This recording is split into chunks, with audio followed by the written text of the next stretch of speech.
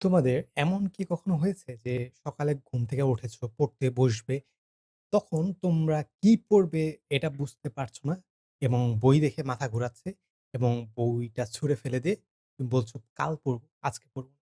Well আমার সাথে এরকম অনেকবার হয়েছে। এটার জন্য হচ্ছে কি করবা?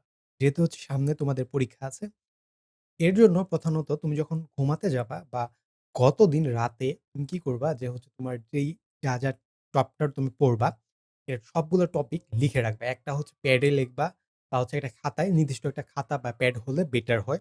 লিখে রাখবা এবং হচ্ছে টপিক লিখে রাখবা। ধরো হচ্ছে তুমি ইংরেজির রাইট ফর্ম অফ ভার্বস পড়বা বা ফিজিক্সের কোনো টপিক বা কেমিস্ট্রি বা হচ্ছে হায়ার ম্যাথের ওই টপিকগুলো তুমি লিখে রাখবা। প্লাস কত থেকে কত পৃষ্ঠা তুমি শেষ করবা এটা লিখে রাখবা। এতে করে কি হবে, তোমার পরের দিন সকালবেলা তুমি যখন উঠবা একদম ক্লিয়ার তোমার মাথায় থাকবে, আচ্ছা আমি উঠেই বই খুলে এটা পড়া শুরু।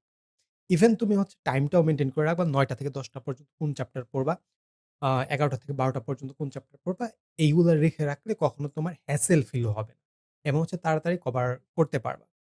এরকম আরো টিপ পাওয়ার জন্য অবশ্যই চ্যানেলটি সাবস্ক্রাইব করে রাখবা। ধন্যবাদ সবাইকে।